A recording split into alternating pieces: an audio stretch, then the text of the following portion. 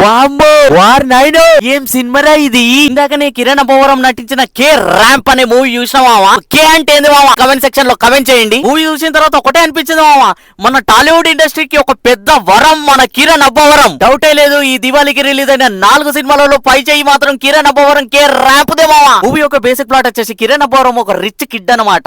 చాలా చిల్లర వేషాలు వేస్తాడు, అల్లరిగా బిహేవ్ చేస్తాడు అనమాట. ఇలాంటి యాటిట్యూడ్ ఉన్న పర్సన్ లైఫ్ లోకి ఒక అమ్మాయి వస్తుంది, తనే మన హీరోయిన్. సో ఆమె వచ్చిన తర్వాత ఎలాంటి షాకింగ్ ఇన్సిడెంట్స్ జరిగాయి, మరి ఆ అమ్మాయికి గానీ ఫ్యామిలీకి గానీ ఎలా ర్యాంప్ ఆడించాడో మీరు థియేటర్స్ లో చూస్తారు. మూవీ ఫస్ట్ వచ్చేసి ఆబ్వియస్లీ కిరణ్ అబ్బవరం ఆయన ఎనర్జెటిక్ కి మ్యాచ్ అయ్యేలాగా హీరోయిన్ ని దింపిర్రు. ఆమె పేరు యుక్తి తరుజా. ఫస్ట్ ఫిలిం అయినా గానీ చాలా ఇంట్రెస్టింగ్ క్యారెక్టర్. ఈ మధ్య కాలంలో హీరోయిన్స్ కి సరైన క్యారెక్టరే వాడతలేదు మావా. ఈ సినిమాలో మాత్రం చాలా ఇంపార్టెన్స్ ఇచ్చారు హీరోయిన్ కి. ర్యాంప్ కే ర్యాంప్ ఆడిచ్చింది మావా. సెకండ్ పాజిటివ్ వచ్చేసి ఈ సినిమాకి 4 పిల్లర్లు ఉన్నారు మావా. ఆలీ, వెన్నెల కిషోర్, సాయి కుమార్ అండ్ నరేష్ చించి అవతల పడేసిండ్రు. ఒకళ్ళు మించి ఒకళ్ళు పర్ఫార్మెన్స్ ఎర్రగా తీసిండ్రు మావా. నవ్వి చచ్చిపోతావా. ముఖ్యంగా నరేష్ గురించి చెప్పుకోవాలి మావా. బాంబో వారు నేను ఏం డాన్సులు రా అవి. మూన్ వాక్ చేస్తాడు మావా మైకేల్ జాక్సన్ లెక్క.